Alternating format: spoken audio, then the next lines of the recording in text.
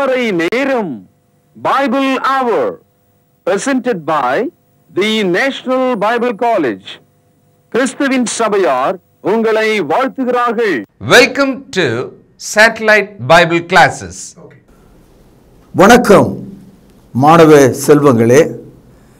தேசிய வேதாகம கல்லூரியில் தொடர்ந்து அனுதினமும் தேவனுடைய வார்த்தையை முறையாக நீங்கள் கற்று வருவதற்காக நான் கடவுளுக்கு நன்றி செலுத்துகிறேன். National Bible College is very happy to enroll you as a student for a bachelor study. அது மாத்திரமல்ல, தேசிய வேதாகம கல்லூரியில் உள்ள எல்லா பேராசிரியர்களும் உங்களுக்கு அன்பையும் ஜெபத்தையும் மகிழ்ச்சியையும் தெரிவிக்கிறார்கள். மாணவர்களே, வான்வழி வகுப்புகள் வழியாக உலகெங்கும் உள்ள மக்கள் இந்திய நேரப்படி நம்முடைய நிகழ்ச்சிகள் ஒளிபரப்பப்படுகிறது. அதையெல்லாம் நீங்கள் பார்க்கலாம். அப்படி தவறிவிட்டால் நம்முடைய பைபிள் அவர் தொலைக்காட்சியில் எப்போதும் நீங்கள் பார்க்கலாம். ஜியோ என்ற ஒரு தொலைக்காட்சி இருக்கிறது. அந்த ஜியோவை நீங்கள் போட்டுக்கொண்டால் உங்கள் இன்டர்நெட்டில் ஒரு வாரத்தினுடைய செய்தியை அவர்கள் எப்போதும் பாதுகாக்கிறார்கள். இன்றைய செய்தியை நீங்கள் மிஸ் பண்ணிட்டீங்கன்னா மீண்டும் நீங்கள் அதை பார்க்கலாம். ஒரு வாரத்துக்கு நீங்கள் பார்க்கலாம். அதாவது அதற்குள்ளே போய் காலை 5:30 மணி அப்படின்னு நீங்கள் மார்க் பண்ணிங்கன்னா அந்த பழைய செய்திகள்லாம் ஒன்று பின்னால் ஒன்று உங்களுக்கு வந்துடும். இதை நீங்கள் தொடர்ந்து படிக்கும்படியாக உங்களை நான் கேட்டுக்கொள்கிறேன். இன்றைக்கு இயேசு கிறிஸ்து கூறின ஒரு அற்புதமான ஒரு ஓமையை நாம் படிக்க இருக்கிறோம். Parables are heavenly truth explained on the earthly stories. பரலோகத்துக்குரிய சத்தியங்கள் உலகத்துக்குரிய சிறிய கதைகளில் சொல்லப்படுவது தான் இந்த ஓமை என்பது உங்களுக்கு ஏற்கனவே தெரியும். உங்களுக்கு எல்லாருக்கும் தெரிஞ்ச ஒரு ஓமை, இயேசு கிறிஸ்து சொன்ன ஒரு ஓமை ஒன்று இருக்கிறது. அந்த ஓமைக்கு பேர் என்னன்னு கேட்டால் நல்ல சமாரியன். கேள்விப்பட்டிருப்பீங்க. இந்த நல்ல சமாரியன் என்ற பெயரை உலகம் முழுவதும் பல இடங்களில் தங்களுடைய ஸ்தாபனங்களுக்கு பேராக கூட வச்சிருக்காங்க. இந்த இடத்துல சமாரியன் என்ற அந்த வார்த்தை ஒரு மனிதனுடைய பெயர் கிடையாது. ஒரு ஜனம், ஒரு தேசம், அதனுடைய பெயர் அது. சமாரியா என்பது ஒரு சிறிய தேசம். அந்த தேசத்திலிருந்து ஒரு மனிதன் செய்த ஒரு செயல் இயேசு கிறிஸ்துவினாலே அற்புதமாக சொல்லப்பட்டதுனால மனிதர்கள் அதற்கு ஒரு பெயர் வைத்தார்கள். நல்ல சமாரியன் என்று அதற்கு பெயர் வைத்தார்கள். இந்த பகுதியை லூக்கா 10வது அதிகாரம் 30 முதல் 37 வசனங்களில் நாம் படிக்கிறோம். ஆனால் இதை நீங்கள் படிப்பதற்கு முன்பாக 2 விஷயங்களை கண்டிப்பாக நீங்கள் தெரிந்து கொள்ள வேண்டும். அதாவது பழைய ஏற்பாட்டு கால வரலாற்றை நீங்கள் தெரிந்து கொள்ள வேண்டும். சாலமோன் ராஜாவுக்கு பிறகு இஸ்ரவேல் தேசம் 2ஆக உடைந்தது. அதாவது சாலமோனுடைய மகனாகிய ரெகொபியாம் அவனுடைய காலத்தில் அவனுடைய முரட்டாட்டத்தின் நிமித்தம் இயேசு கிறிஸ்துவுக்கு முன் 931வது வருஷம் 2ஆக உடைந்தது. 12 ஐக்கிய மக்களாக இருந்த இஸ்ரவேல் குடும்பம் அப்படி உடைந்த போது 2 கோத்திரம் ஒரு பகுதியாகவும் 10 கோத்திரம் மறுபகுதியாகவும் பிரிந்து சென்றார்கள். ரெகொபியாம் அவன் யூதாவை ஆட்சி செய்து கொண்டிருந்தான். எருசலேம் அவர்களுக்கு தலைநகராக இருந்தது. மோசேயினுடைய நியாயப்பிரமாணத்தின்படி கூடாரத்திலே அவர்கள் தொழுது கொண்டு வந்தார்கள். மீதி 10 கோத்திரம் யெரொபியாம் என்ற ஒரு மோசமான வாலிபன் பின்னாலே சென்றது. அவர்கள் சமாரியாவை தலைநகராக கொண்டு 2 பொன் கன்றுக்குட்டிகளை அங்கே வைத்து அதற்கு தூபம் காட்டி அந்த 10 கோத்திரமும் அந்த இஸ்ரவேலர்களுடைய உடன்படிக்கை நின்று மோசேயினுடைய நியாயப்பிரமாணத்தை நின்று பிரிந்து போய்விட்டார்கள். அதாவது தேவர் பேக்ஸ்லைடட். இப்போ நீங்கள் கவனிக்க வேண்டிய ஒரு விஷயம், அன்றைக்கு தொடங்கின அந்த பிரிவு, அதாவது வடக்கே சென்ற சமாரியாவை தலைநகராக கொண்ட அந்த மக்கள் இந்த யூத ஜனங்களாலே மிகவும் வெறுப்பாகவும் புறக்கணிக்கப்பட்டவர்களாகவும் தீண்டத்தகாதவர்களாகவும் நினைத்து கொண்டிருந்தார்கள். இந்த ரெகொபியாமும் அவனுக்கு பின் வந்த ஜனங்களும் இயேசு கிறிஸ்து காலம் வரைக்கும் தங்களை உத்தமர்கள் என்று நினைத்து சமாரியாவுக்கு சென்று விட்ட அந்த 10 கோத்திரத்தாரை எப்போதும் வெறுத்தார்கள். இன்றைக்கும் மத்திய ஆசியாவில் இந்த 10 கோத்திரம்தான் இஸ்லாமிய நாடுகளாக பழகி இருக்கிறார்கள் என்பது இன்னொரு ஹைலைட்டான ஒரு செய்தி. அடுத்ததாக இன்னொரு தகவலை நீங்கள் பார்க்க வேண்டும். அதாவது இயேசு கிறிஸ்து இந்த உவமையை சொல்வதற்கு முன்பாக ஒரு நல்ல யூதனாகிய நியாயசாஸ்திரி இயேசு கிறிஸ்துவை சோதிப்பதற்காக, நியாயசாஸ்திரினாவே மோசேனுடைய நியாயப்பிரமாணத்தை கரைச்சி குடிச்ச ஆள்னு அர்த்தம், பெரிய நீதிமான் என்று அவன் தன்னை நினைக்கிறான். அந்த மனிதன் இயேசுனிடத்தில் கேட்டான், நித்திய ஜீவனை சுதந்திரித்துக் கொள்வதற்கு என்ன செய்ய வேண்டும் என்று கேட்டான். இந்த தகவலை லூக்கா 10ஆம் அதிகாரம் 25வது வசனத்தில் நாம் படிக்கிறோம். இயேசு கிறிஸ்து என்ன சொன்னார்? 26வது வசனத்தில், அதற்கு அவர், நியாயப்பிரமாணத்தில் என்ன எழுதியிருக்கிறது, நீ வாசிக்கிறது எவை என்று கேட்டார். அதற்கு அந்த நியாய சாஸ்திரி 27வது வசனத்தில் அதற்கான ஒரு பதிலை கொடுக்கிறார். அப்பொழுது இயேசு அவனை பார்த்து, நீ நிதானமாக உத்தரவு சொன்னாய், அப்படியே செய், பிழைப்பாய் என்று 28வது வசனத்தில் பதில் கொடுக்கிறார். அதாவது இந்த கருத்து முழுவதும் சிலுவைக்கு முன்னாலே நடந்த ஒரு சம்பவம். புதிய ஏற்பாடு சிலுவைக்கு பின்னாலே தொடங்குகிறது. ஆக இயேசு கிறிஸ்து அந்த நியாய சாஸ்திரிக்கு பழைய ஏற்பாட்டின்படி ஒழுங்காக சத்தியத்தின்படி நடந்து கொள் என்று சொன்னார். உடனே இந்த நியாய சாஸ்திரிக்கு தலைக்கால் புரியல. என்ன மாதிரி எவனுமே கிடையாது, இயேசு கிறிஸ்துவே எனக்கு சர்டிஃபிகேட் கொடுத்துட்டாரு, நான் தான் நித்திய ஜீவனுக்குரிய ஒரு மனிதன் என்பது போல அவன் தன்னை சுற்றிலும் இருக்கிற மக்கள் முன்னாலே தன்னை காண்பிக்க ஆரம்பித்தான். கவனிப்போம்.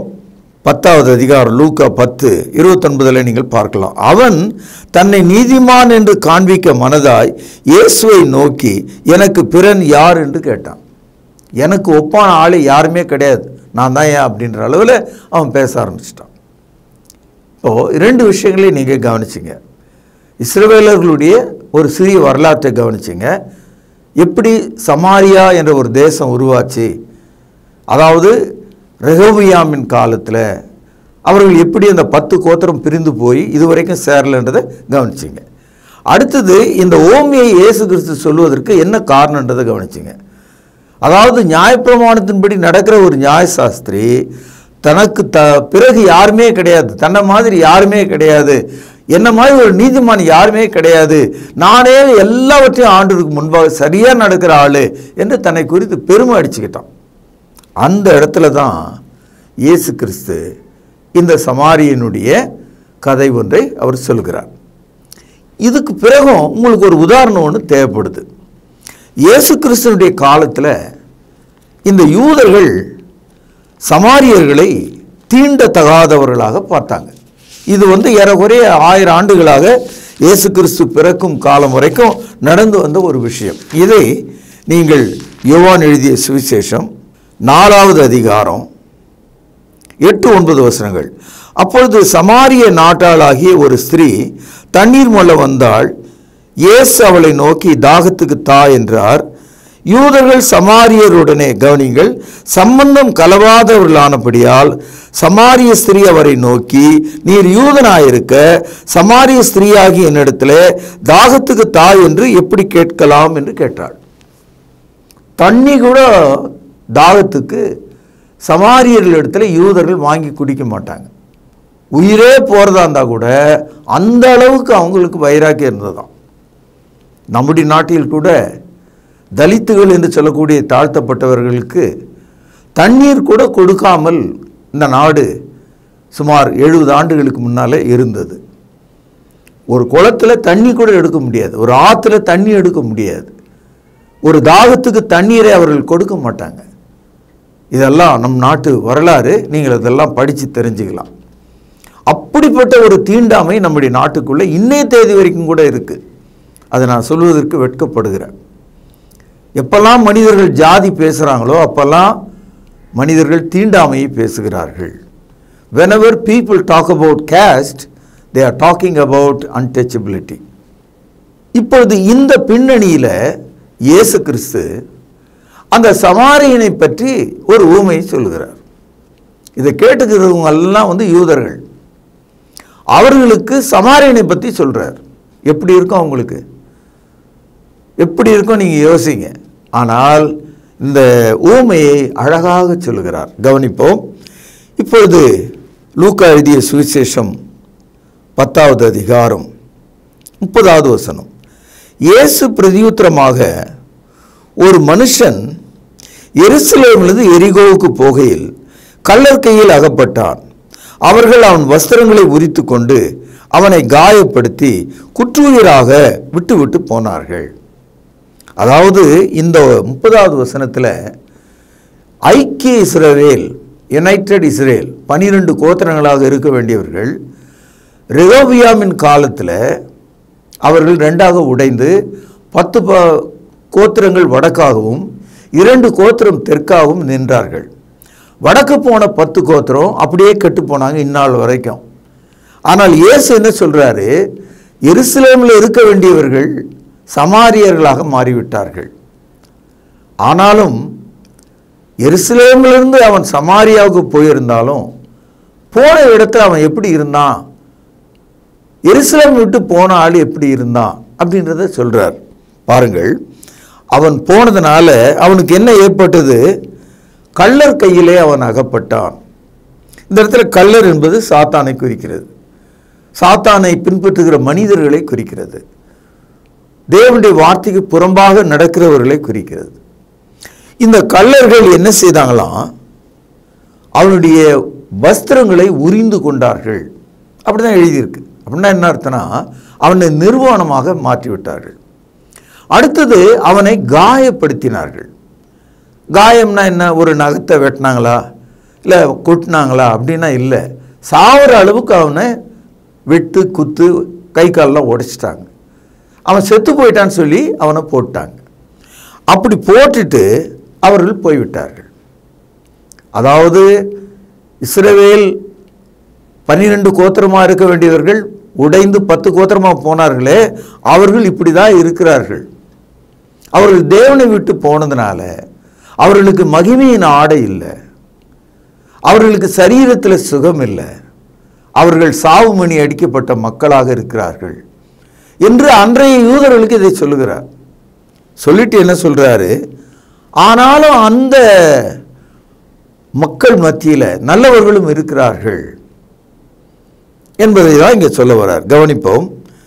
31வது வசனம். அப்பொழுது கவனிங்க, தற்செயலாய் ஒரு ஆசாரியன் அந்த வழியே வந்து அவனை கண்டு பக்கமாய் விலகி போனான்.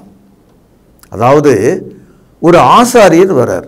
ஆசாரியர் என்பவர் மோசேயினுடைய நியாயப்பிரமாணத்தின்படி கூடாரத்தில் பணி செய்கிறவர், பலிகளை செலுத்துகிறவர், தேவனுக்கும் மனிதனுக்கும் நடுவிலே நின்று அவர்களுக்காக, அந்த ஜனங்களுக்காக மன்றாடுகிறவர். A priest is a middleman between God and man. அப்படிப்பட்ட ஆசாரியனுக்கு ஒரு சட்டம் இருந்தது லேவியர் ஆகமத்தில், செத்த பிணத்தை தொடக்கூடாது. அதை விட அதிகமாக இந்த ஆசாரியர் என்ன நினைக்கிறாரு, நான் போய் பலி கொடுக்க வேண்டிய நேரம் இது, இவனை நான் பார்த்துட்டு இருந்தால் என் கதி என்ன ஆகுறது, ஆண்டவருடைய வேலை என்ன ஆகுறது, அவனை ஒரு தீண்டாமையை அவன் நினச்சி வர பார்க்குறான். ஆகவே அவன் போயிட்டான். சரி, அவனுக்கு ஒரு அசிஸ்டண்ட், ஆசாரியர்களுக்கு அசிஸ்டண்ட் லேவியர்கள். இந்த லேவியன் ஒருவன் வருகிறான். அதே பாருங்க 32வது வசனம். அந்தபடியே ஒரு லேவியனும் அந்த இடத்துக்கு வந்து அவனை கண்டு பக்கமாய் விலகி போனான். ஒரு கால் ஆசாரியன் விலகி போவதை தூரத்திலே வந்து கொண்டிருந்த லேவியன் பார்த்திருக்கலாம். ஐயாவே போறார், நான் மட்டும் ஏமாத்திரம், ஆசாரியரே விலகி போகும்போது நானும் விலகித்தான் போனோம். நம்ம ஊரில் ஒரு பழமொழி உண்டு, முன்னேறு எப்படி போதோ பின்னேறும் அப்படி தான் போகும்னு. அது மாதிரி இந்த ஆசாரியனே விலகி போகும்போது நான் ஏன் தொடரணும்னு சொல்லி அவனும் விலகி போயிட்டான்.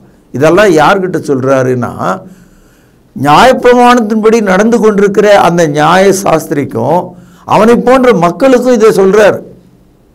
அதாவது நீங்க குட் கான்சியஸா நீங்க வச்சிருக்கீங்க மனசை, ஆனா அந்த கான்சியஸுக்குள்ள கம்பேஷன் இல்லை, கைண்ட்னஸ் இல்லை, மெர்சி இல்லை, உங்களுக்கு அதெல்லாம் இல்லையே. ஒரு மனிதன் அடிபட்டு சாகிற தழுவாயில் இருக்கிறவனை ஆதரிக்கிற ஒரு மனம் இல்லையே உங்களுக்கு? இதைத்தான் அவர் அங்கே சொல்லி கொண்டிருக்கிறார். கவனிப்போம் 33வது வசனம். இப்பதான் அந்த ஓமையினுடைய ஒரு மைய இடத்துக்கு நம்ம வந்திருக்கிறோம். பின்பு சமாரியன் ஒருவன் பிரயாணமாய் வருகையில் அவனை கண்டு மனதுருகி. மாணவர்களே, நீங்க இங்க கவனிக்கணும். நீங்க இந்த பைபிளில் பார்த்தீங்கன்னா 2 விஷயங்கள் எப்போதும் பேசப்படுறதில்லை. நிறைய பெண்களுடைய பேர்லாம் இங்கே பேசப்படுவது கிடையாது. அது மாத்திரம் இல்லை, நீங்கள் இந்த சமாரிய பெண்ணுன்னு தான் படிக்கிறோமே தவிர அவளுடைய பேர் என்ன நம்ம படிக்கல. இந்த இடத்துல சமாரியன் ஒருவன் என்று தான் படிக்கிறோமே தவிர அவன் பேர் என்னன்னு தெரியல. ஏன் தெரியலன்னா, பேர் தெரிஞ்சா கூட அதை எழுதுவதற்கு அந்த காலத்திலிருந்து இந்த யூதர்களுக்கு பிடிக்காது. யூதனை அடையாளம் காட்டுவதே அவர்களுக்கு பிடிக்காது. நல்ல வேளை பரிசுத்த ஆவியானவர் அந்த மனிதன் ஒரு சமாரியன் என்று சொல்றார். சமாரியன் ஒரு காலத்தில் பிரிந்து போன மக்கள், தேவன் அல்லாத மக்கள், பலி இல்லாத மக்கள், நியாயப்பிரமாணத்தை கை கொள்ள முடியாத மக்கள், எருசலேமுக்கு தூரமான மக்கள், எல்லாவற்றிலும் பின்வாங்கிய மக்கள். They are outcast. They have no God. They have no covenant with God. அப்படிப்பட்ட ஒரு மனிதன் அவனை கண்டு மனது உருகினானாம். உங்களுக்கு மெழுகு எப்படி உருகுதுன்னு பார்த்துருப்பீங்க.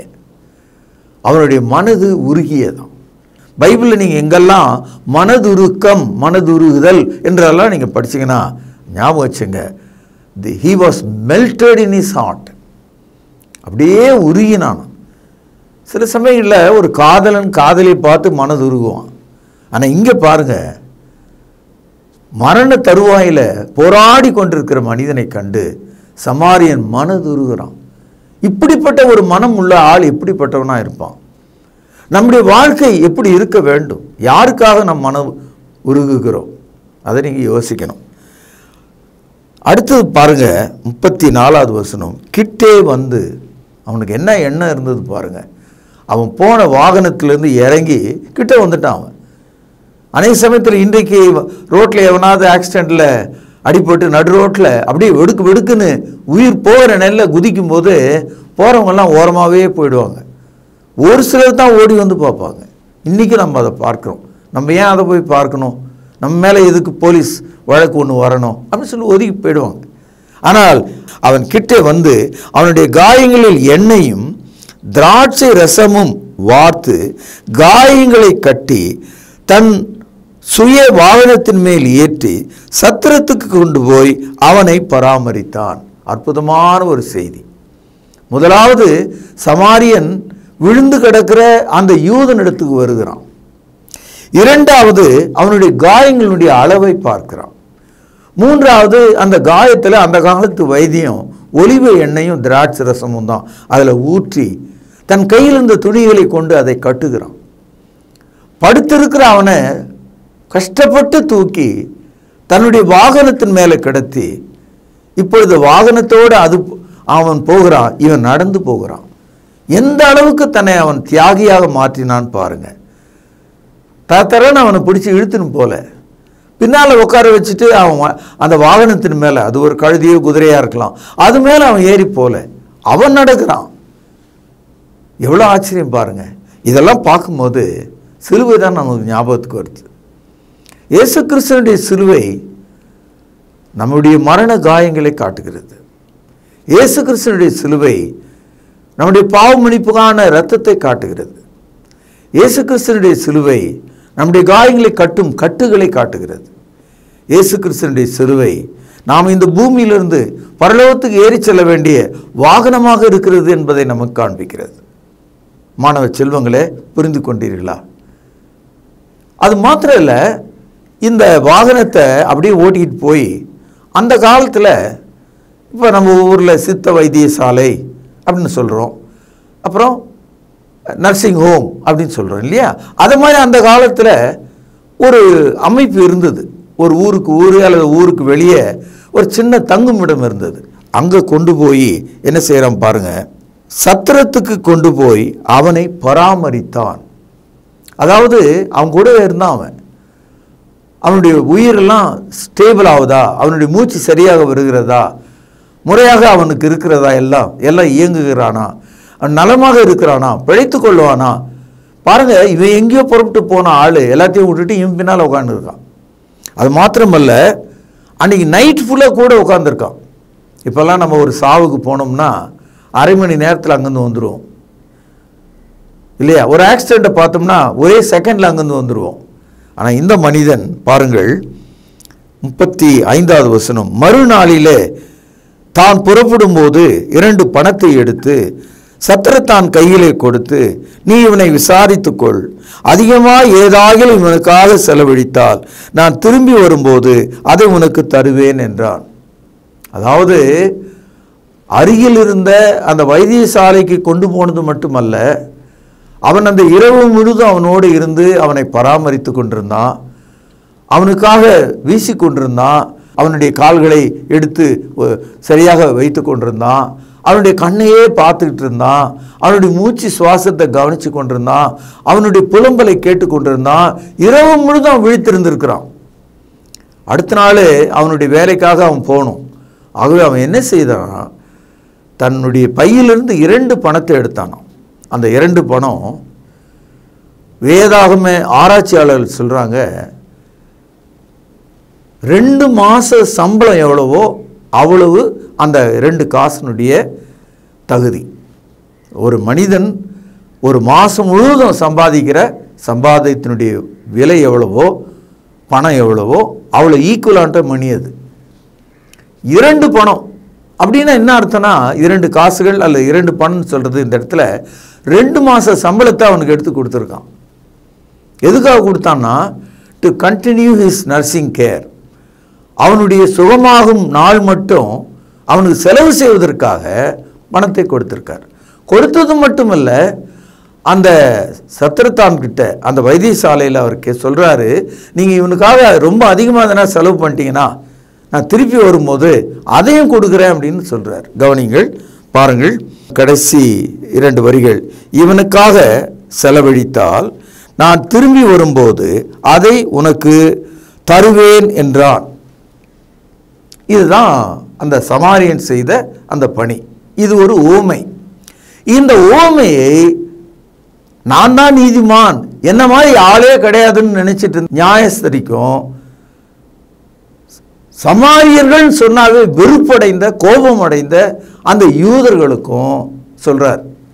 என்ன சொல்றாரு, அந்த நியாய சாஸ்திரியை பார்த்து சொல்றார், உன்னை பார்க்கிலும் நீங்கள்லாம் ஒழிஞ்சு போனவன், நாசமாக போனவன், பிரயோஜனம் இல்லாதவன், கடவுள் இல்லாதவன் நினைச்சிங்களே, அந்த சமாரியன் கிட்ட இருக்கிற குணம் உங்ககிட்ட இருக்கான்னு கேட்டார். அந்த சமாரியனுடைய இருதயத்தில் இருக்கிற எண்ணங்கள் உங்களுக்குள்ளே இருக்கிறதா? இதுதான் இந்த ஊமை வழியாக அவர் சொல்கிறார். இந்த ஊமையை தான் கிறிஸ்தவர்கள் எப்போதும் குட் சமாரிட்டன், நல்ல சமாரியன் என்று நாம் சொல்கிறோம். இந்த இடத்துல இந்த குட், நல்லது என்ற அந்த வார்த்தை இருக்க, அதை நம்ம சேர்த்து சொல்கிறோம். ஏன்னா அந்த ஸ்டோரியினுடைய அழகுக்காக, சிறப்புக்காக நல்ல சமாரியன் அல்லது குட் சமாரிட்டன் என்று சொல்வது இதான் வழக்கம். பிறருக்கு நல்ல செய்கிற எல்லா இடங்களிலும் உலகத்தில் இருக்கிற மக்கள் கூட இவன் என்ன ஒரு நல்ல சமாரியன் மாதிரி இருக்கிறானே, வழக்கமாக மக்கள் கூட here comes the good Samaritan, இதோ நல்ல சமாரியன் வருகிறான் அப்படின்னா என்ன அர்த்தம்னா, நல்லது செய்கிறவன், இரக்கம் உள்ளவன், மனதுருகிறவன், அற்புதமான மனிதன், தன்னையே கொடுக்கிற தியாகி என்பதின் பொருள். இப்போ இயேசு கிறிஸ்து நித்திய ஜீவனை பெறுவது எப்படி என்று கேட்டான் இல்லையா ஒரு ஆள். கேட்டுட்டு என்ன செய்தான், எனக்கு நிகர் யாருமே கிடையாது, என்னை தவிர யாருமே கிடையாது நினைச்சான் இல்லையா. அவங்ககிட்டே ஒரு கேள்வியை கேட்டார். கவனிப்போம், 36 கவனிங்கள். இப்படி இருக்க கள்ளர் கையில் அகப்பட்டவனுக்கு இந்த 3 பேரில் எவன் பிறனாயிருந்தான் உனக்கு எப்படி தோன்றுகிறது என்றார். இந்த இடத்துல உனக்கு அப்படின்றது சிங்குலர். ஒரு கால் அவர் அந்த நியாய சாஸ்திரியை நேர பார்த்து கேட்டிருப்பார். இந்த 3 பேரை நீங்க சொல்றாரு, இந்த 3 பேர் யாரு யாரு? ஆசாரியன், லேவியன், சமாரியன். ஆசாரியன், லேவியன், சமாரியன். இந்த 3 பேர்ல எவன் உன்னை விட பிரமாதமான ஆளுன்னு கேட்டார். அதுக்கு அவன் என்ன சொன்னா கவனிங்க, 37வது வசனம். அதற்கு அவன், அவனுக்கு இரக்கம் செய்தவனே என்றான். அப்பொழுது இயேசு அவனை நோக்கி, நீயும் போய் அப்படியே செய் என்றார். அதாவது முழு நியாயப்பிரமாணத்தை நான் மட்டும் கை கொள்கிறேன், எனக்கு நிகர் யாருமே இல்லை, நியாயப்பிரமாணத்தில் சொல்லியிருக்கிற அத்தனை விஷயத்தையும் பர்ஃபெக்டாக நிறைவேற்ற ஆள், அதனால தான் நான் ஒரு ஜட்ஜாக உட்காந்துருக்கேன், நியாய சாஸ்திரியாக இருக்கேன், எல்லா ஜனங்களும் என்கிட்ட வராங்க, நான் உடனே பரலோகத்துக்கு போயிடுவேன் அப்படின்னு நினைக்கிற இந்த ஆளுகிட்ட சொல்கிறாரு, நீ போய் அந்த சமாரியனை போல இரக்கமுள்ளவனாக இருக்க கற்றுக்கொள், நேசிக்கிறவனாக கற்றுக்கொள், அன்பு செலுத்துகிறவனாய் கற்றுக்கொள், மனது உருகிறவனாக இருக்க கற்றுக்கொள், தீண்டாமையை விட்டுவிடு, எல்லாரையும் நேசி. இதுதான் நியாயப்பிரமாணம் நமக்கு போதிக்கிறது. இப்பொழுது லூக்கா 10வது அதிகாரம் 27வது வசனம் பாருங்கள். பைபிள் அண்டர்லைன் பண்ணுங்க. 27வது வசனம். அவன் பிரதியுத்தரமாக நியாயப்பிரமாணத்தை சுருக்கமாக சொல்கிறாங்க, கவனிங்க.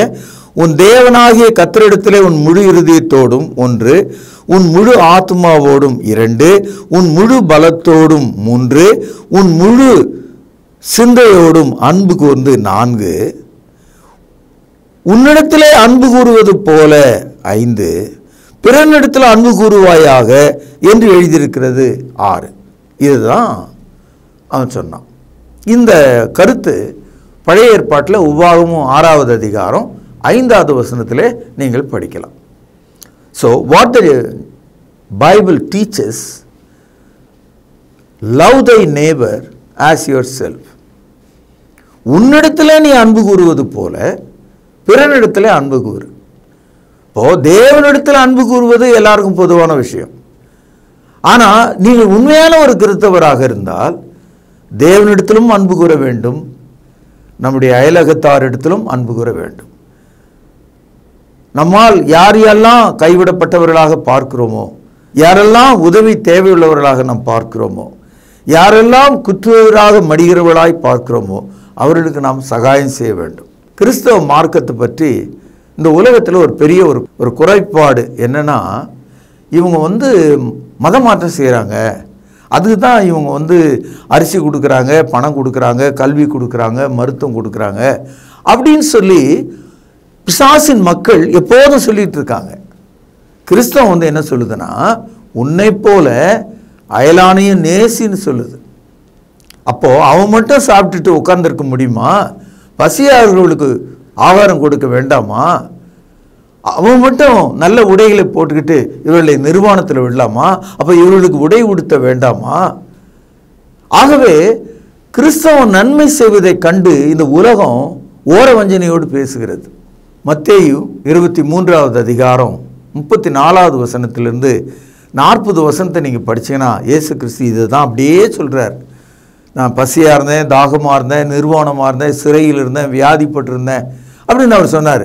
உடனே சீஷர்கள்லாம் கேட்டாங்க, எப்போ என்னைக்கு நீங்கள் அந்த மாதிரிலாம் இருந்தீங்கன்னு கேட்டார். அப்போ அவர் சொன்னார், இந்த சிறியாரில் ஒருவனுக்கு அவனுடைய தேவை இருந்து நீங்கள் எதை செய்கிறீங்களோ அதை எனக்கு தான் செஞ்சீங்கன்னார். இதனால தான் கிறிஸ்தவர்கள் இன்றைக்கு நல்ல சமாரியர்களாக மற்றவர்களுக்கு உதவி செய்வதை, உலகம் முழுவதும் உதவி செய்வதை இன்றைக்கு நாம் பார்க்கலாம். அது உலகத்தில் ஒரு சுனாமி வரலாம், பூமி எதிர்ச்சி வரலாம், பேரழிவுகள் வரலாம், கொள்ளை நோய்கள் வரலாம். அப்போல்லாம் நீங்கள் பார்த்தீங்கன்னா தாராளமாக கிறிஸ்தவர்கள் எவ்வளோ உதவிகளை உலகம் முழுவதும் அனுப்புகிறாங்கன்றதை நீங்கள் பார்க்கலாம். இதுதான் அதற்கு காரணம். நண்பர்களே, இந்த நாளிலே நீங்கள் படித்த இந்த சமாரியன் உண்மையிலே ஒரு நல்ல சமாரியனுடைய உவமையாக இருக்கிறது. நீங்களும் ஒரு நல்ல சமாரியனாக வாழத்தக்கதாக உங்களை ஆசீர்வதித்து இன்றைய பாடத்தை நான் இங்கே நிறைவு செய்கிறேன். நாளை நாம் சந்திப்போம், பிரார்த்தனை செய்வோம். பரிசுத்தமுள்ள தகப்பனே, நாங்கள் அனைவரும் நல்ல சமாரியர்களாக நடக்க எங்களுக்கு உதவி செய்திரலும். இயேசுவின் நாமத்திலே ஜெபம் கேளும் பிதாவே, ஆமேன். தொடர்பு கொள்ள வேண்டிய முகவரி: திருமறை நேரம், 58 சர்ச் தெரு, குமரன் நகர், சென்னை 6,82,000. செல்போன் 9385500882. கர்த்தாவே, தேவர்களில் உமக்குப்பானவர் யார்? வானத்திலும் பூமியிலும் உமக்குப்பானவர் யார்?